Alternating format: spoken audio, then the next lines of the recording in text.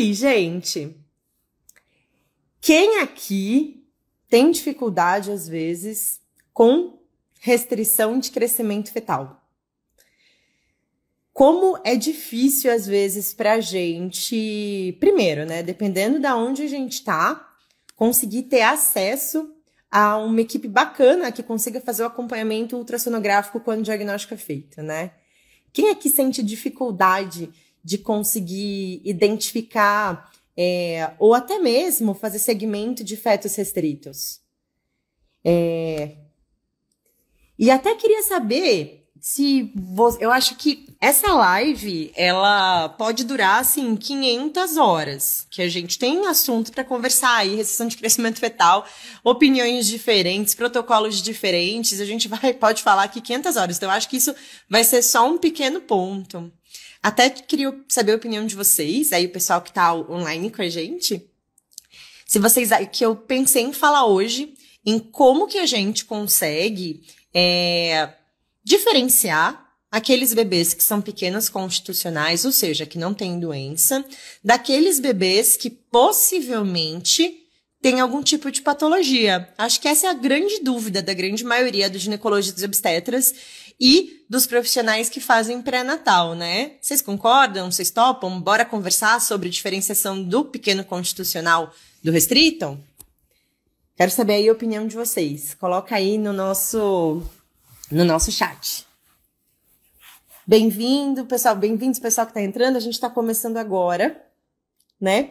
E acho que a primeira coisa que eu precisaria falar é sobre um conceito que é o conceito mais atual que você vai encontrar nos livros, sobre o que a gente considera hoje um feto restrito, né? Então, a gente fala que quando o feto não atinge o seu potencial genético de crescimento, ele seria considerado um feto restrito. Mas e aí? A gente consegue estimar qual seria o potencial genético de crescimento de um feto? Isso é uma coisa palpável? Então, assim, as sociedades, quem trabalha mesmo na clínica, no dia a dia, com esse tipo de situação, a gente até questiona, né? Então, assim, no livro, etc., a gente fala, ok, o feto não consegue atingir o seu potencial genético de crescimento, mas qual que era o potencial genético desse feto?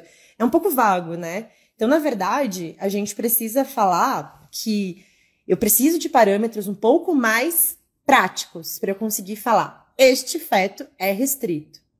E, inclusive, para a gente conversar sobre uma coisa muito importante, que seria...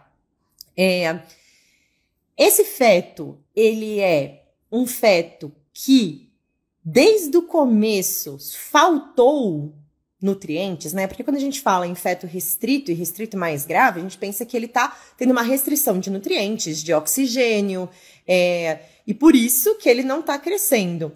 Mas será que ela é uma lesão placentária ou esse bebê tem alguma outra alteração? Então é bem complexo, bem complexo. Ninguém aqui me falou se gostou da ideia de falar da diferenciação do PIG para o restrito. Mas tudo bem, eu acho que para a gente começar aí nesse bate-papo, a gente pode fazer essa live e para outras semanas também. Antigamente, até mais ou menos uns 10 anos atrás, até menos, né? Foi ao redor de 2014 que esse conceito começou a mudar. A gente sempre falava que o feto restrito era o feto que tinha um percentil abaixo de 10. Quem aqui usa esse conceito no serviço ou ouviu isso na faculdade? Percentil abaixo de 10. E era tipo uma verdade absoluta. Ok, P abaixo que 10 é igual a restrito.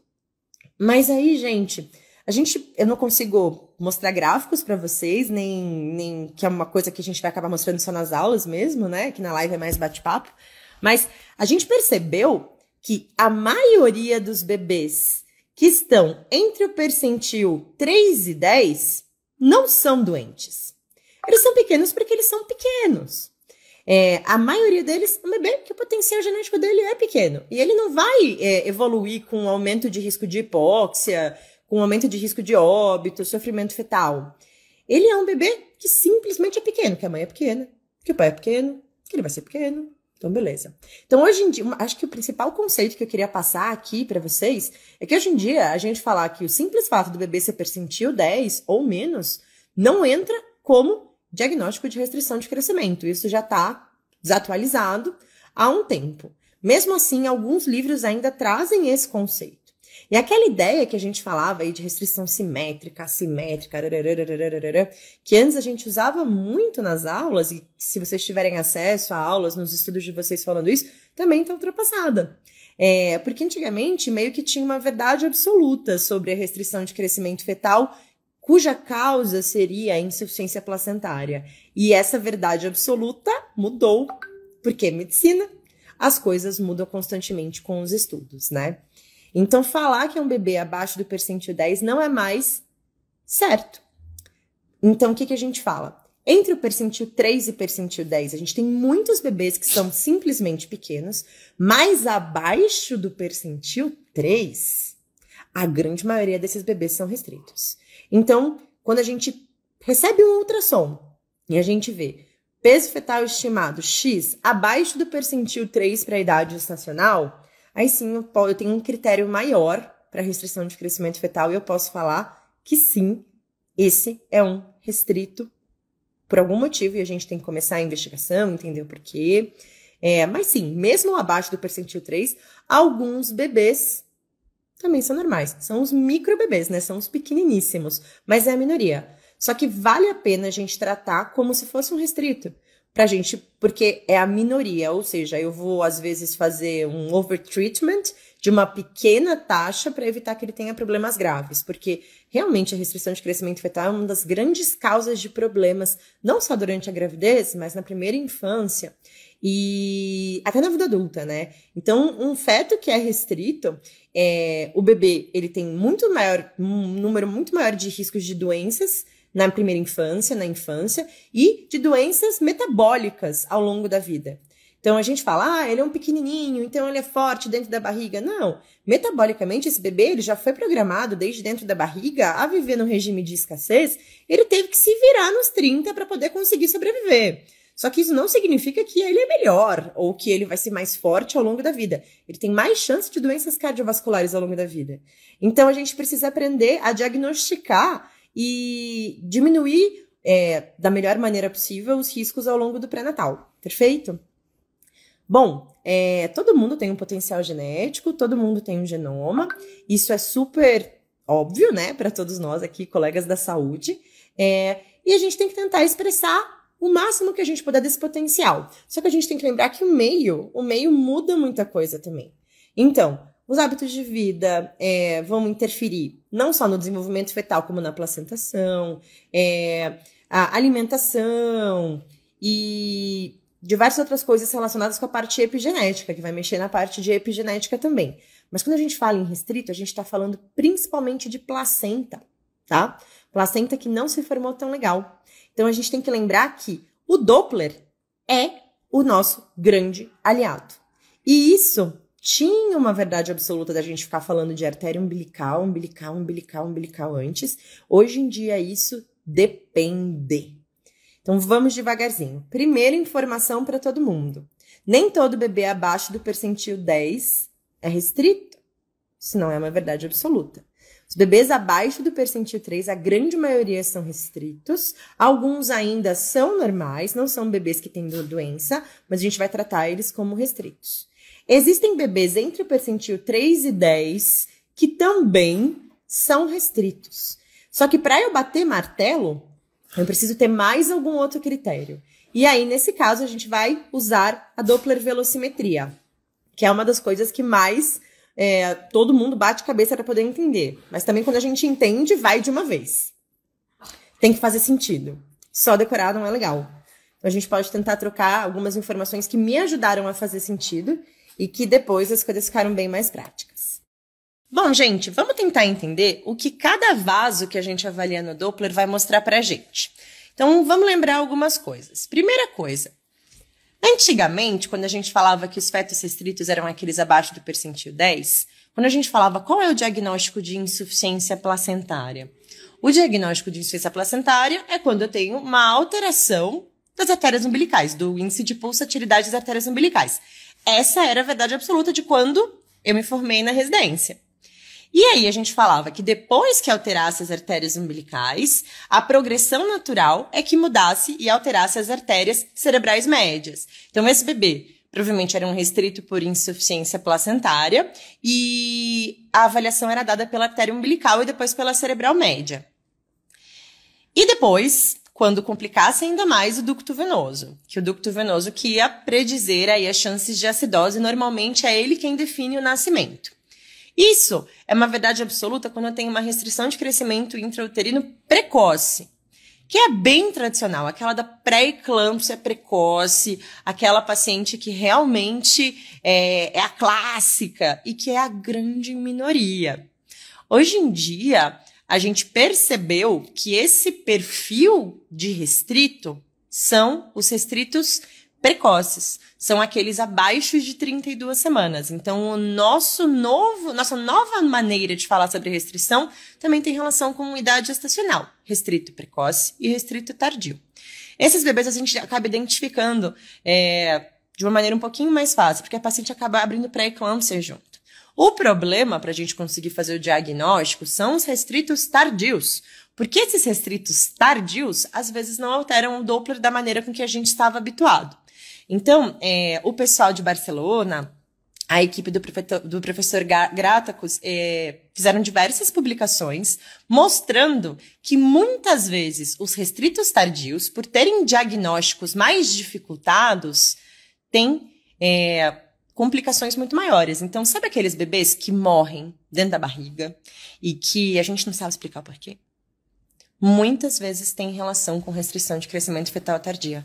E no Doppler, às vezes, na verdade, na maioria das vezes, a artéria umbilical não muda. Perfeito? Então, essa foi a grande virada de chave dos estudos relacionados a crescimento fetal intrauterino, que foi o papel do Doppler da artéria umbilical, que antes era obrigatório, para os precoces. E a gente começou a olhar mais para os tardios. Tá certo, gente? Então, restrição de crescimento fetal também, a gente tem que entender o porquê que esses bebês morrem. Vamos falar daquele classicão mesmo? Então, o classicão, que é o restrito precoce, aquele abaixo de 32 semanas, ou aqueles que têm a pré-eclâmpsia bem clássica, que o bebê realmente vai acabar alterando o umbilical, chegando a diástole zero, vasodilatando a cerebral média e depois o ducto venoso. Esse bebê nasce, às vezes ele até nasce com uma certa força, ele acaba morrendo por conta de prematuridade, dependendo muito do serviço onde ele vai nascer, dos recursos e por complicações da prematuridade. Já o restrito tardio, ele acaba morrendo por hipóxia e anóxia. E só 10%, em geral, altera a artéria umbilical.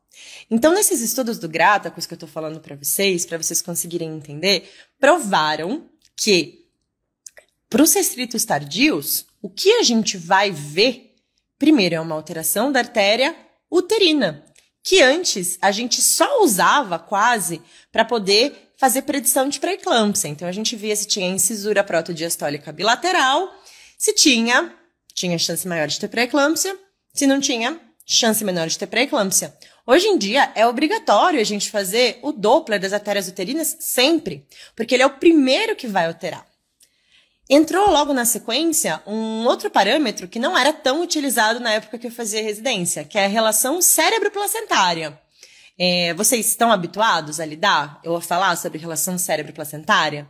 Nos restritos tardios, primeiro se altera a uterina e depois o índice de pulsatilidade. A gente vai fazer a relação cérebro-placentária, o índice de pulsatilidade da artéria cerebral média, sobre o índice de pulsatilidade da artéria umbilical. Então, eu vou falar que eu tenho alteração placentária, que eu tenho insuficiência placentária, nos casos dos restritos tardios, quando essas alterações estão antes da umbilical. E, às vezes, nem vai alterar a umbilical. Então, é diferente o caminho e é diferente o desfecho. E esses são aqueles que a gente tem que ficar bem de olho. Então, aquela paciente que o bebê não está crescendo na curva do jeito que a gente esperava, no final da gestação. A gente percebe, pediu 2 ultrassons para poder fazer sequência em 15 dias, alguma coisa assim, e viu que não está crescendo também, fica de olho. Pede o Doppler. Ai, mas eu vou pedir Doppler no final do pré-natal? Isso não é errado? Hoje em dia não, a gente faz até o final. Porque quando eu pego a alteração do Doppler no início, é mais fácil de eu intervir e, inclusive, de eu indicar a resolução da gestação mais precocemente. Por quê? Porque esse bebê já tem uma lesão placentária, já tem aí uma redução do aporte e ele vai ter, inclusive, uma menor resistência a um parto normal, por exemplo. Então, hoje em dia, quando a gente diagnostica o restrito tardio, no termo, a gente costuma indicar a resolução do parto. Então, olha só, antes a gente colocava todos os restritos no mesmo balaio. Hoje em dia, não. Então, a gente precisa entender quem são esses 2. Lembrar desses 3. Quem é o pequeno constitucional, que pode chegar a 40, às vezes 41 semanas. Quem é o meu restrito precoce, que é aquele clássico que vai ter diástole zero, diástole reversa, que vai alterar o umbilical. E quem é o meu restrito tardio, que é esse que vai ter um aumento meio que silencioso de mortalidade. Que é esse que a gente vai fazer uma indução numa mãe e, de repente, vai fazer um mecônio, um sofrimento fetal que você fala, Cacilda, por que teve sofrimento fetal nesse caso? Muitas vezes, ele é um restrito tardio. Então, a reserva dele é mais baixa. E, nesses casos, a gente tem que ficar de olho, principalmente nos plantões. Às vezes, está no plantão, no SUS, né? Aí chega uma paciente, em 39 semanas, cardiotoco mais ou menos, não sei, não tô entendendo, tá reduziu a movimentação fetal. Se você tiver acesso, pede um ultrassom. Avalia. Se conseguir fazer um Doppler, faz o Doppler. Se vier alguma coisa alterada, induz o parto. Ai, mas a gente pode esperar entrar em trabalho de parto espontâneo. Claro que pode, só que a gente tá vendo que ele é um restrito tardio. Esse restrito tardio tem muito mais chance de complicação. E você pode, pelo simples fato de entender que existem entidades diferentes, realmente salvar a vida dessa criança. Então, os restritos tardios, que são os que a gente tem que aprender a ficar de olho. E eu acho que isso vai demorar um tempo ainda para que na nossa prática clínica fique mais claro. Então, a gente tem que conversar bastante sobre isso. Perfeito? Gente, alguém tem alguma dúvida até aqui? Eu sei que eu joguei muita informação complexa, principalmente porque eu sei que tem alguns estudantes de medicina que às vezes têm um pouco mais de dificuldade. A gente não tem só ginecologista e obstetra aqui com a gente. Eu sei que para os residentes esse tema é super, super, super cabeludo. Para mim era, nossa, eu queria chorar quando começava a falar de Doppler, índice de pulsatilidade, sístole e diástole. Eu falava, meu Deus, nunca vou entender isso. Vai entender sim, vai entender sim. É só a gente entender que o Doppler vai mostrar pra gente como é que tá o fluxo sanguíneo. E que se eu tenho algum fluxo alterado é porque tá indo menos. Ou, diferentemente, quando eu vou pensar em vaso das artérias cerebrais médias, se meu fluxo, se eu estiver deixando mais tempo o meu sangue aqui, é porque eu tô precisando captar oxigênio no meu cérebro. Então, não tá legal. Então, se eu tenho uma dificuldade de passagem de sangue, não tá legal. E se eu tenho muito sangue parado aqui no cérebro, também não tá legal. Se você conseguir entender isso, já é um grande passo. Então, para que serve o Doppler? Para poder avaliar o fluxo sanguíneo. No útero, entre a mãe e o bebê, entre o bebê e ele mesmo. E, finalmente, quando a gente fala de ducto venoso, a gente fala aí de acidose, preditor de acidose fetal. Certo? Então, se cair em alguma prova, ou se algum dia você se deparar com um caso que tem uma alteração de Doppler de ducto venoso, é exatamente aí, na grande maioria das vezes, do restrito precoce que a gente vai indicar o parto. Já no restrito tardio, a gente não chega normalmente até o ducto venoso. Então, a gente vai ficar de olho se tem a insuficiência placentária para poder indicar o parto no momento adequado e ter maiores chances, inclusive, da gente ter um parto vaginal, onde ele não esteja tão debilitado de sua reserva. E a gente tem que ficar bem de olho, mesmo quando a gente estiver induzindo o parto de um restrito tardio, porque ele faz mais sofrimento fetal, sim. Tá? Combinado, gente? Então, tem que entender que são entidades diferentes. Se a gente entender que o pequeno constitucional, ele pode ir normalmente, porque ele é só pituco, ele é só pequeno. Ninguém é obrigado a CG. Tem pessoas de 1,40 m, 1,50 m, 1,70 m, 1,80 m, 2 metros. Por que eu, que tenho 1,76 m, vou ter um BBP? Não é o habitual. Concordam comigo? Então, eu espero, se eu tiver um bebê no percentil 3, percentil 5, eu vou achar estranho. Uma outra coisa que eu não falei, né? Porque é tanta coisa para falar na live, que o nosso parâmetro hoje, para definição de restrição de crescimento fetal, passou a ser muito diferente. Antigamente a gente falava de peso. Hoje em dia a gente está se apegando muito mais à circunferência abdominal. Vamos lembrar como que a gente vai fazer o cálculo do peso do feto, na grande maioria das vezes? Então, nós, obstetras, a gente avalia a circunferência craniana, circunferência abdominal e comprimento do fêmur, tá? São esses 3 os parâmetros que a gente usa para poder estimar peso. Combinado? Então, pensa, o fêmur não vai mudar tanto o seu crescimento se eu tiver uma insuficiência placentária, concordam? O perímetro cefálico também não. Então, o que vai mandar é o abdômen. O quanto que eu tenho ou não de acúmulo de glicogênio e o tamanho da minha circunferência abdominal. Então, eu vou ficar de olho nisso. Então, antigamente, a gente falava no peso em geral. Só que se eu tiver um BBP, ele vai ser todo pequenininho, normalmente. Ele vai ser inteiro pequenininho. Mas a barriguinha dele vai seguir o parâmetro. E tá beleza. Agora, quando eu tenho um bebê percentil 8 ou 9, mais a circunferência abdominal dele tá no percentil 3, é que ele é femorudo, por exemplo. Esse bebê é restrito. Então, se a circunferência abdominal do feto estiver abaixo do percentil 3, o ultrassonografista pode, sem medo de ser feliz, escrever restrição de crescimento fetal intrauterino. Ah, mas é percentil 10. Esquece. Isso já não é mais utilizado. A gente tem que entender que o que vai realmente mudar e mostrar se o bebê tá ganhando ou não peso vai estar mais na circunferência abdominal. Uma outra coisa que é interessante, que eu acabo usando muito na minha prática clínica, se eu tenho uma mãe que tem alguma doença vascular, que eu tô fazendo acompanhamento pré-natal. Uma lúpica, uma hipertensão crônica, uma paciente com diabetes pré-gestacional, que eu sei que ela tem mais chance de fazer vasculopatia, né? Eu tô lá acompanhando o meu bebê, ele vai fazer uma curva de crescimento, que é uma coisa muito legal, a gente fazer o acompanhamento, né? Uma dica aqui é não olhar só a curva de crescimento global. Pega lá no finalzinho do ultrassom que você vai ter o percentil da circunferência abdominal. Aliás, os meus ultrassonografistas favoritos são aqueles que colocam na curva, inclusive, a circunferência abdominal.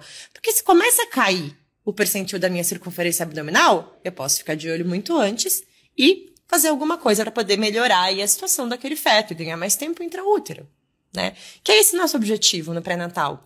É suspeitar de coisas antes e tentar intervir para que elas não aconteçam. Pré-natal é isso. Pré-natal, como eu sempre vou falar, é uma das minhas bandeiras. Pré-natal não serve pra gente simplesmente copiar e colar o protocolo do Ministério da Saúde.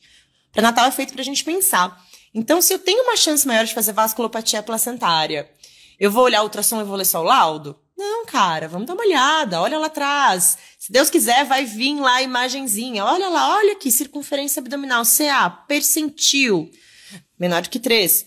Às vezes o ultrassonografista não está habituado a fazer obstetrícia, mas se você for lá atrás do laudo, você identifica ou você faz diagnóstico? E aí a gente muda. A gente tem que começar a olhar para esse bebê semanalmente. Perfil biofísico fetal Doppler. Aliás, eu nem vou entrar tanto na conduta assistencialista porque é muito individualizado. Muito individualizado de cada serviço. Mas é muito importante a gente aprender a olhar o ultrassom, não só o laudo. A gente precisa entender para que serve aquilo. E a gente saber que a circunferência abdominal hoje, sozinha, pode dar diagnóstico de gestão de crescimento fetal, é uma ótima coisa. Tem uma pergunta aqui, vamos lá. Ai, obrigada, Adélia! Obrigada. Jeane, vamos lá. Fala dos outros critérios para eu falar que um PIG é restrito. Uso CA e o Doppler. Ah, sim, claro, vou falar sim. É que primeiro eu tô introduzindo essa ideia mais geral do peso, tá bom? Vamos lá. No restrito precoce é aquilo que eu falei pra vocês, né?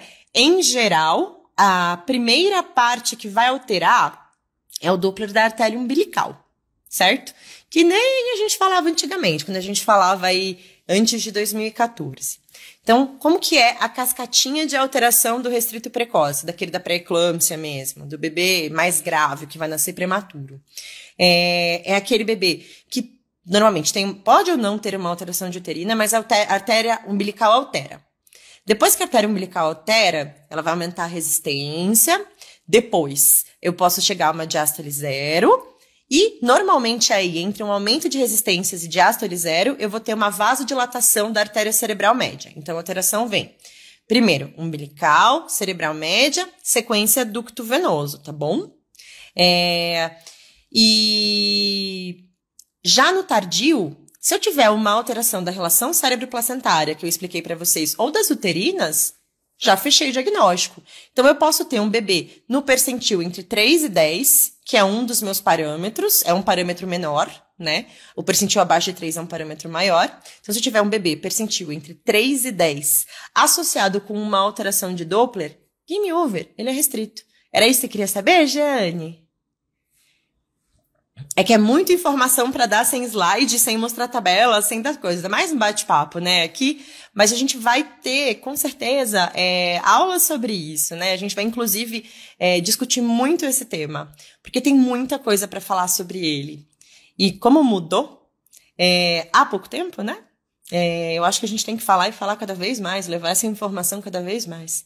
Eu mesma fui no começo, como eu aprendi muito lá no HC, aquele jeito do restrito tradicional, lá do Nicolaides, essa escadinha, eu tive que estudar muito para poder entender. E, nossa, mudou muito a minha prática clínica na hora que eu entendi que existe uma entidade chamada restrito tardio e que não altera o umbilical. E é esse que vai passar desapercebido. E é esse que a gente tem que aprender a pegar. Porque o restrito precoce, a gente vai identificar. Ela vai bater no pronto-socorro, ela vai ter a pré-eclâmpsia. Agora, esse restrito tardio, muitas vezes é o óbito fetal do feto a termo. Que você fala, caramba, o que aconteceu? Eu acho que a maior dificuldade pra gente lidar com isso é o acesso, né? É o acesso a exames de qualidade aí no nosso Brasilzão. Mesmo quando a gente tá em grandes centros, é difícil a gente conseguir um Doppler bem feito.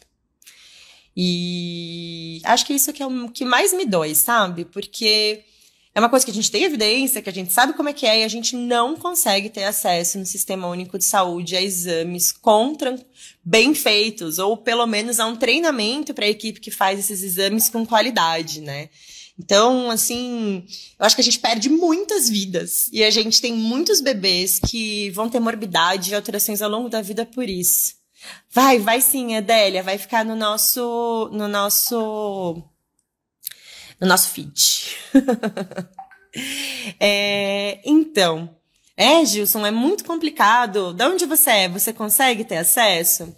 Eu, aqui na Universidade de Santo Amaro, aqui na Zona Sul de São Paulo, a gente tem uma dificuldade giga. Eu saí de uma residência muito mal acostumada, mas muito mal acostumada, porque no HC a gente tem o Centro de Medicina Fetal, a gente fazia muito lá.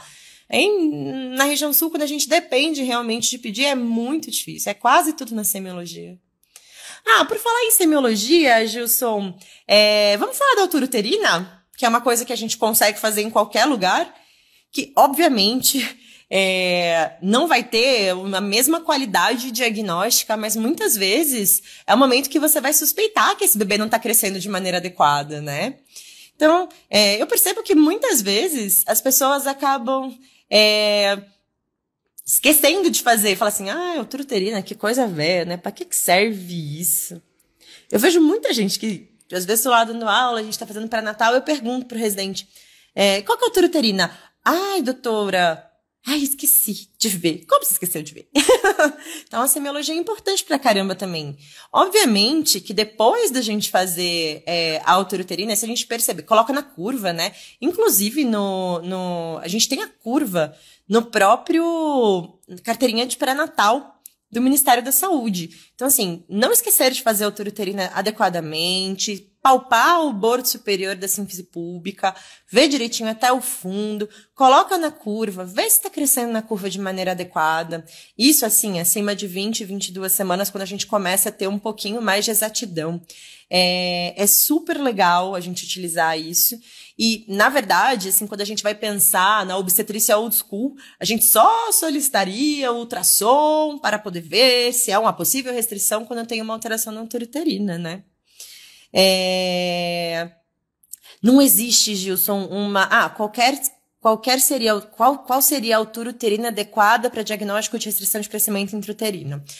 Na verdade, a gente precisa colocar na curva. Não existe uma altura, que depende da idade gestacional. Então, assim, eu vou pegar uma carteirinha de pré-natal e eu vou fazer um print depois e eu coloco aqui no GeoPapers, vou fazer um post sobre isso, sobre a curva, né? É uma coisa que a gente também, às vezes, os obstetras, pelo menos, não saem colocando sempre. Várias vezes eu pego carteirinha de pré-natal que não tá preenchido, que só preenche lá a idade da paciente, peso da paciente, e olhe lá quando tá preenchido, né? Então, a gente tem essas curvas, tem sim, é só a gente ir lá, ó, pedir a altura e colocar. Mas sim, muitas vezes a gente vê uma altura uterina menor, pede ultrassom em bebê normal. E às vezes a gente mede a altura uterina inadequadamente e passa algum diagnóstico. Então, assim, a altura uterina é ótimo, a gente tem que usar quando a gente não tem outro fator, mas no mundo ideal a gente deveria ter mais acesso a exames de ultrassom, né? Principalmente para pacientes que já têm alguma doença, que pode gerar vasculopatia, que aumenta o risco de restrição intrauterina, né? Então, hipertensão diabética pré-gestacional, com doenças reumáticas, doenças autoimunes, pacientes tabagistas, pacientes com histórico de restrição de crescimento fetal, placentas que estão inseridas em lugares inadequados, né? Placenta de inserção baixa, placenta prévia, trombofilias. Então, assim, às vezes é difícil a gente conseguir consulta de pré-natal, né? Mas a gente tem que falar aí o que seria o correto, o que seria o mundo ideal. Eu acho que essa é a bandeira que eu mais adoraria conseguir fazer com que as autoridades entendessem da importância, né? Que mais, gente? Que mais vocês têm de dúvidas? Eu já falei tanta coisa aqui, que até eu me perdi no que eu falei que eu não falei. Eu acho que de restrição de crescimento fetal tardio, o mais importante é a gente aprender a pedir vitalidade, né? Então, talvez o conceito de vitalidade é uma coisa que poderia ficar mais claro para todo mundo, né? Que é que a gente tem que avaliar o bem-estar fetal. Então, se eu vejo que essa placenta já não está dando muita conta de fazer esse bebê crescer adequadamente, seguir o seu potencial genético, que é difícil de avaliar, mas se a gente coloca na curva, a gente sabe mais ou menos qual que é, o que a gente vai esperar, né?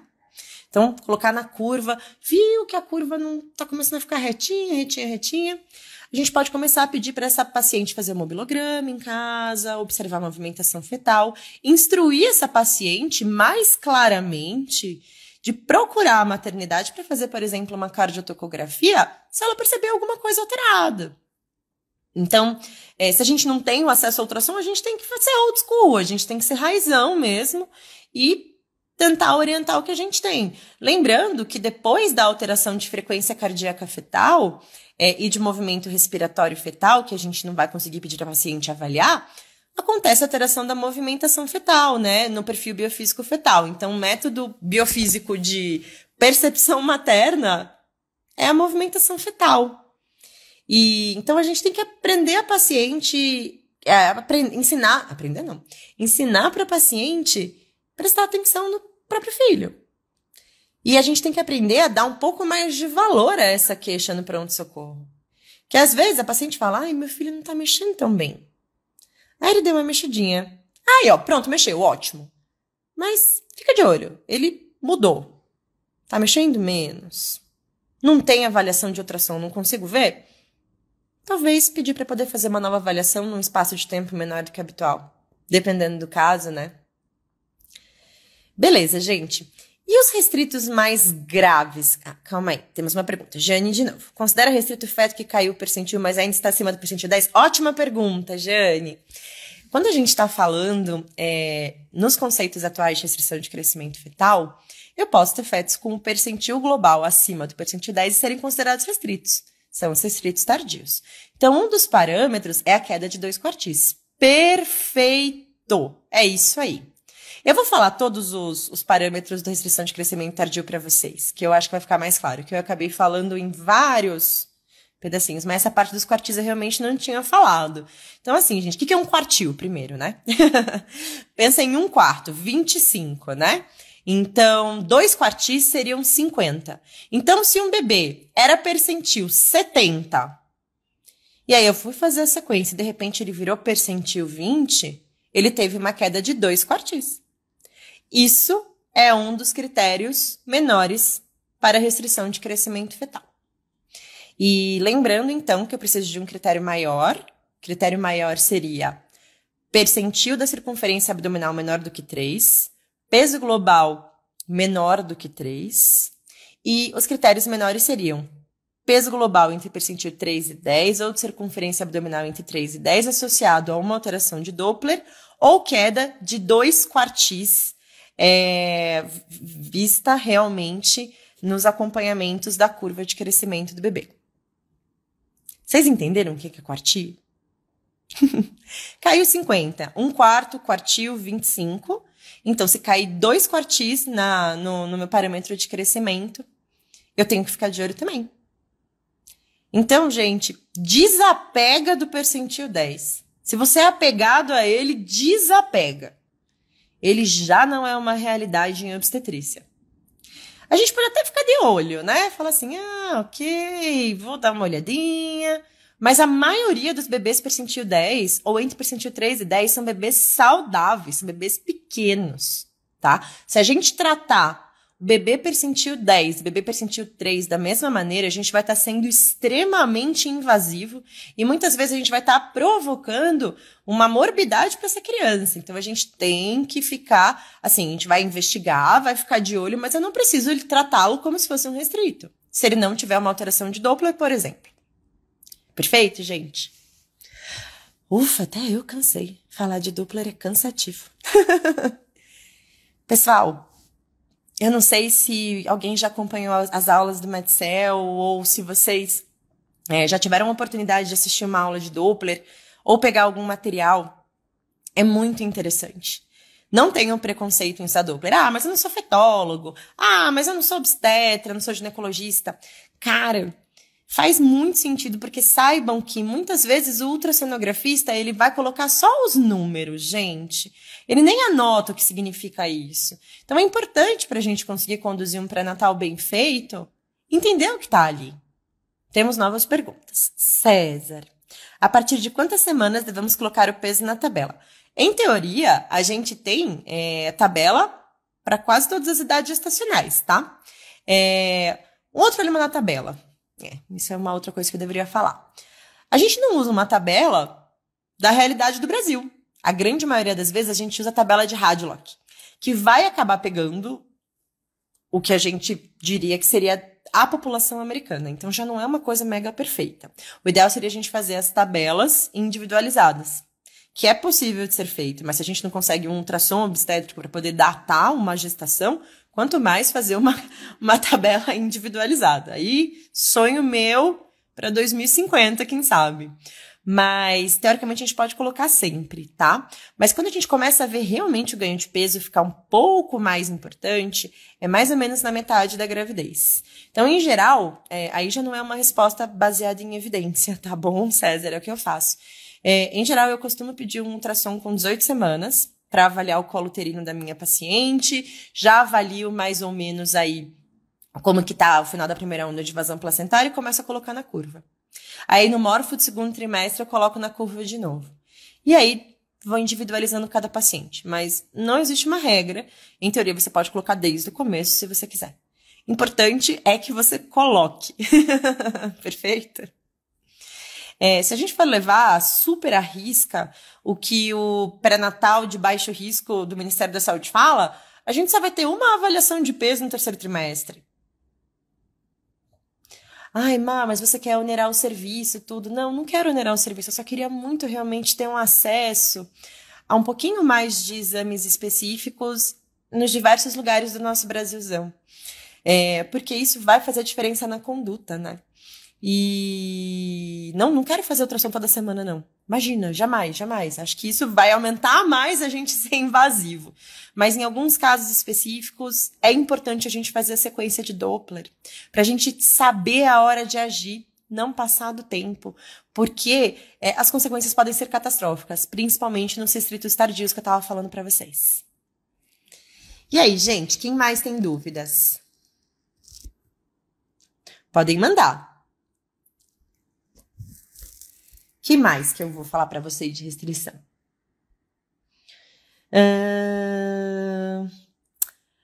Vamos jogar polêmica no ar. Existem algumas pessoas que falam que a gente não deveria induzir restritos pelo risco. Gente, não é verdade. Restrição de crescimento fetal não é indicação de cesárea. Pelo fato de estar restrito. A gente pode, inclusive, induzir. Só que a gente tem que ter ciência de que tem uma chance maior desse bebê entrar em sofrimento fetal. Então, eu tenho que ter uma vigilância dos batimentos cardíacos bem importante. Fazer cardiotoco periodicamente, acompanhar esse bebê mais de perto. Ela tem que ser uma indução um pouquinho mais intensiva. E isso é por causa da fisiopatologia. Bebê é restrito, ele está recebendo menos, está tendo uma restrição de um aporte sanguíneo com oxigênio e nutrientes. E na hora do parto ele vai estar sobre um monte de estresse, né? Então ele vai estar lá passando por todo esse processo de nascimento. Ele pode acabar entrando em sofrimento. Então a reserva dele já é mais baixa. Então a gente tem que ficar de olho. Também isso não significa que eu tenho que deixar a cardiotoco o tempo todo ligada na paciente, a paciente deitada. Certo, gente? Mas a gente tem que fazer o escuta intermitente, ficar de olho, dar uma olhada se não desacelera pós-contração e fazer cardiotocografias periódicas pra gente ter certeza e aí que o bebê tá bem. E algum sinal de que há perda de vitalidade, a paciente tem que ser orientada que ela tem um risco maior de ter um parto cesariana pelo fato dela ter uma restrição de crescimento fetal. Perfeito? Conduta no restrito. Conduta no restrito. E isso é super vago, super depende. Então, restrito precoce, em geral, a conduta acaba sendo relacionada mais com a alteração do ducto venoso, né? São aqueles bebês que nascem prematuros. Quando eu tenho um ducto venoso alterado acima do percentil 95, a gente já acaba tendo conduta.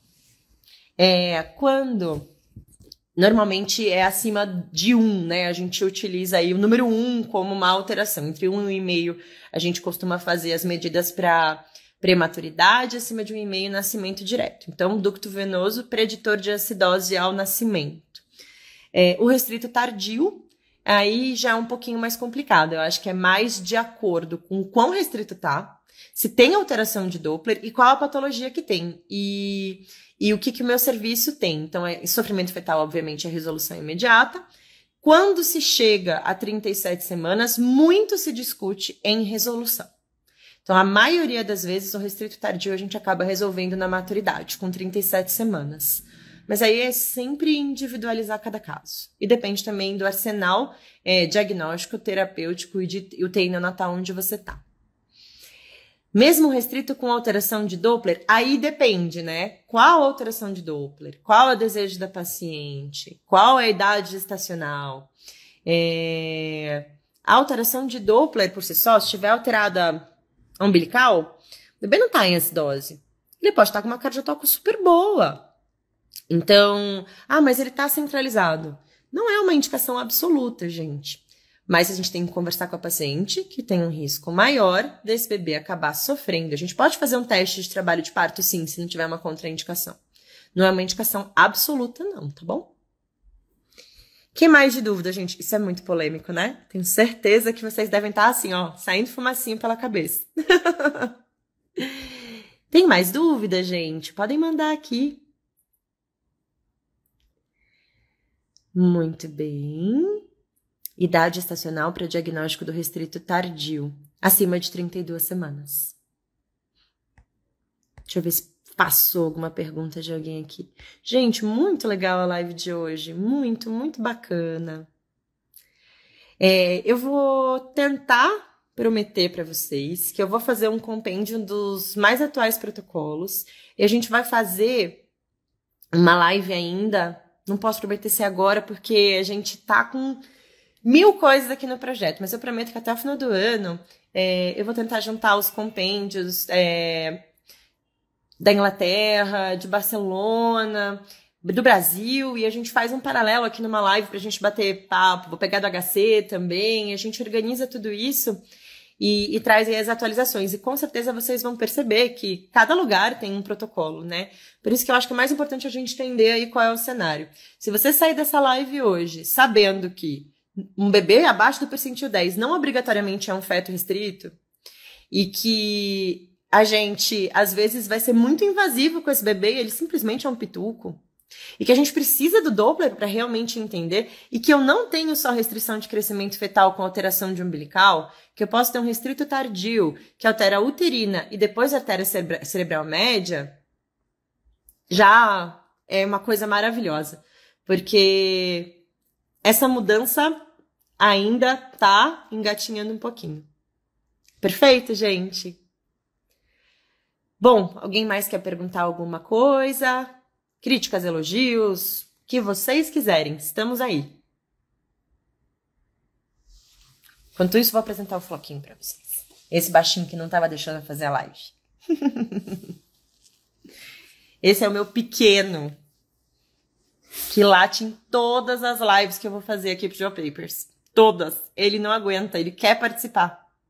Ele gosta de câmera. Mais alguma dúvida?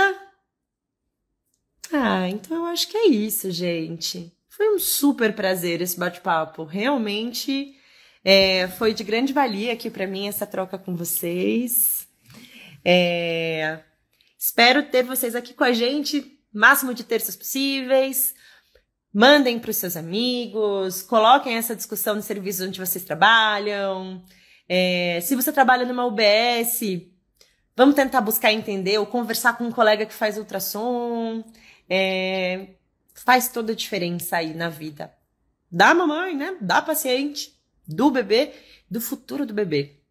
Pra gente poder conseguir pegar esses restritos, agir e determinar o momento ideal com menos risco para o nascimento, né? Até a próxima. Tchau, tchau.